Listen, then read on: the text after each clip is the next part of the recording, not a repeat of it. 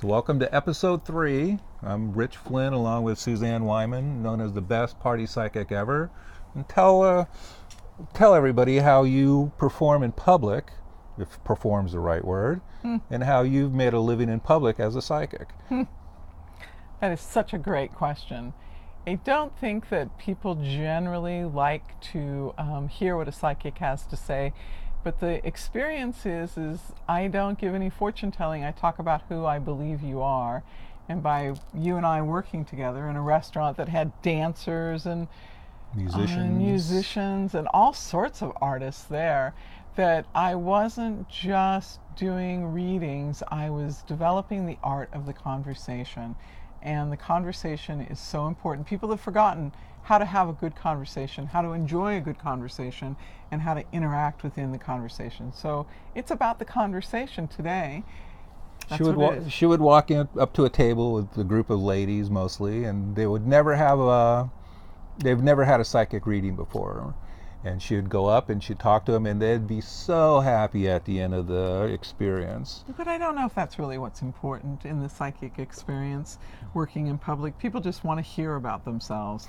That's it. People just want to hear about themselves. So I don't think that that's really.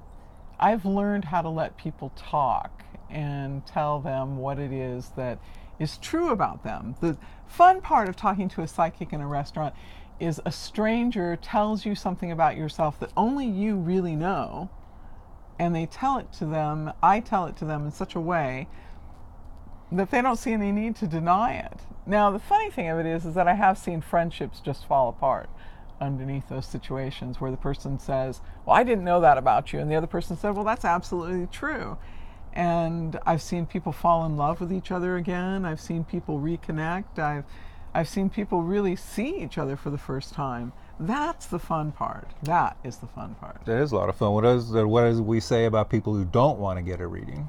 They have secrets, have had a bad reading, or they know that they're a bad person. I think that's my protection, because a person who is a bad person doesn't have a reading with me because they know they're a bad person.